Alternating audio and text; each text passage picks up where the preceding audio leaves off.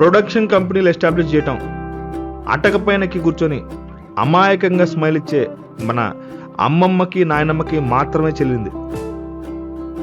ఇంటికి 10 మందిని కని నట్టింట్లో పెంచి వాళ్ళందరినీ సెట్ చేసి పొటెన్షియల్ ఏంటో ప్రూవ్ చేసుకున్నారు. ఇలాంటి క్లాసికల్ మూవీస్కి కాలం చెల్లి 2-3 దశాబ్దాలు ఇప్పటికి. ఇక్కడ పిల్లల్ని కనకపోవడం పాయింట్ అనుకుంటున్నారేమో, ఎందుకు కనలేకపోతున్నామనే point is the main concern. ఈ గ్యాప్ ఒక ఫ్లాష్ బ్యాక్ ఉంది, కాస్త దాని గ్లిమ్స్ ఏంటో చూద్దాం.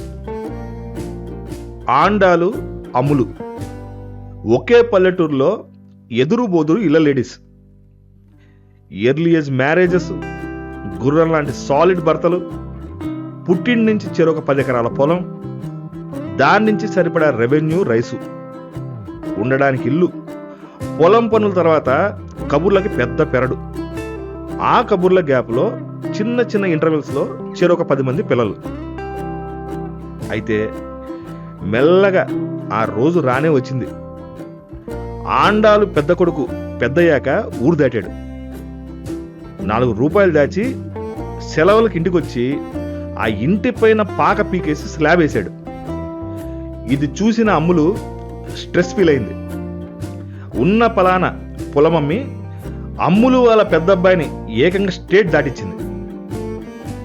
వీడు 10 రాళ్ళు వెనకలకేసి వాడింటి స్లాబ్తో పాటు ఇంటి వెనకల గొడ్ల సావిడిని కూడా ఖాళీ చేయించి అక్కడ ఒక షెడ్ వేపించాడు. ఆండాలు రోజులాగే ఈరోజు కూడా అమ్ములు ఇంటి వైపు తొంగి చూసేసరికి ఆ షెడ్ కింద సెడాన్ కారు వెలిసింది. ఆండాలకి గ్యాస్ ట్రబుల్ స్టార్ట్ అయిందని చెప్పడానికి తన పెద్ద కొడుక్కి ఫోన్ కొట్టింది. ఇది ఇక్కడతో ఆగనూ లేదు, వీళ్ళిద్దరి పంతము వదలలేదు. పైగా వీళ్ళిద్దరిని ఆదర్శంగా తీసుకొని ఊర్లో ఉన్న జనాలు మొత్తం పొలాలను ప్లాట్స్గా మార్చి దూపారు. పిల్లల్ని పట్టణాలకు దూసేశారు. మాన్యశ్రీ ఆండాలు అండ్ అమ్ములు గారుల పుణ్యమాని అలా వచ్చి తలపట్టు కూర్చున్న జనరేషన్సే నువ్వు నేను. పంతానికి పొలం అమ్మాం కాబట్టి తిరిగి కొని ఊర్లో హీరో అవ్వాలి. వయసు వేడి తగ్గక ముందే కాళ్ళకి పారాని పోయాలి. మరి ఇవన్నీ అవ్వాలంటే ముందు ఇన్కమ్ పెంచాలి. అది జరగాలంటే 4 గంటలు ఎక్కువసేపు పనిచేసి బాస్ని ఇంప్రెస్ చేయాలి, లేదా కంపెనీ జంపు కొట్టాలి. ఇన్కమ్ పెరిగింది, ఈఎంఐలు పెరిగాయి. ఇప్పుడు పెళ్లి చేసుకుంటే ఇంటికి పంపించాల్సిన ఇన్కమ్ పరిస్థితి ఏంటి? పెళ్లి పోస్ట్పోన్ చేయటమే. ఇక ఆఫీస్లో కూర్చుంటే లెగవలేనంత స్ట్రెస్. ఎలాగో ఇంటికి వెళ్తే పొద్దున్నే లెగవలేకపోతే అది ఇంకా స్ట్రెస్. దారిలో బర్గరు, దాహం వేస్తే కోకు, సొల్యూషన్ దొరకకపోతే సిగరెట్టు, బాధలను పంచుకోవడానికి బారు. ఇదే ఫ్లోలో ప్యాకేజీలు పెంచేసాం, ఈఎంఐలు క్లియర్ చేసి ఇల్లు కొనేసాం. ఇక మొత్తానికి 35 Weds 32 అనే ఎపిసోడ్ని పబ్లిష్ చేసి ఒక శుభముహూర్తాన నాయనమ్మ ఫోటో ఫ్రేమ్ కేసి తలెత్తి చూసి కన్ను కొట్టి డోర్ వేసి ప్రాజెక్ట్ ఏదో పూర్తి చేసి కన్ఫర్మేషన్ కిట్టు పట్టుకొని కూర్చుంటాం. 1+1 = 3 అనే పోస్టర్ని డిజైన్ చేయించి అప్లోడ్ చేసే టైం కోసం వెయిట్ చేస్తూ ఉంటాం. అక్కడేమో ఆ కిట్టు కోఆపరేట్ చేయదు.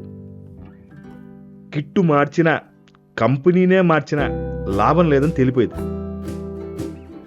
ఏదో సర్కాస్టిక్ సౌండ్ వినపడింది. ఏంటో తెలుసా? అది నాయనమ్మ ఫోటో ఫ్రేమ్ నవ్వుతుంది అక్కడ. ఇలా ఉంది ఇప్పుడు పరిస్థితి. పెళ్లి కాకపోవటం సమస్య అని ఫీల్ అయిపోతూ ఉంటారు.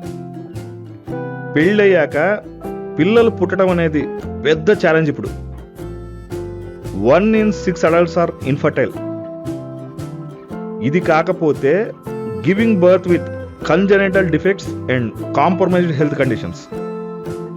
Two much unhealthy and unsystematic ఎంగేజ్ని ఎక్స్పీరియన్స్ చేసి ఇప్పుడు విభూది రాసుకుంటా విపాసనలో జాయిన్ అవుతా అంటే నీ బాడీ జరిగిన డ్యామేజ్ని మర్చిపోదు. కొన్నిసార్లు వడ్డీతో సహా వసూలు చేసింది.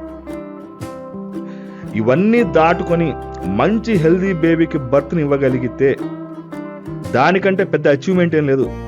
బతికిపోయావు ఈ జన్మకి. ఇక పుట్టింది ఆడబిడ్డ లేక మగబిడ్డ అని ఆలోచిస్తే అది నీ ఇమ్మెచ్యూరిటీకి పరాకాష్ట. ఇదంతా ఎందుకు తెలుసుకోవాలంటే, ఒక్క పిల్లోడో పుడితే చాలు ఈ హాల్ అల్లరితో నిండిపోవాలి, వాళ్ళతో ఆడుకుంటూ నేను అలసిపోవాలి అని కోరుకుంటూ ఏడుస్తూ నిద్రలోకి వెళ్ళిపోయే ఎంతో మంది కపుల్స్ లిస్ట్లో నువ్వు లేవు కాబట్టి. పిల్లలు అల్లరే చేస్తారు, మనలాగా ఉద్యోగాలు కాపాడుకోవడానికి యాక్షన్లు చేయరు. అలాంటి అల్లరిని ఎమోషనల్ సింఫనీ మ్యూజిక్ లాగా ఎంజాయ్ చేయాలి కానీ నీ పనికిరాని పెద్దరికానికి వాడుకోకు. కొట్టడాలు కాల్చడాలు అనే శాడిస్టిక్ యాక్ట్స్ ఆపే. బచావ్, ఓ బచ్పన్ కో బచావ్.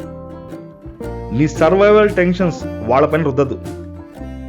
నువ్వెప్పుడైనా ఇలా ఆలోచించావా?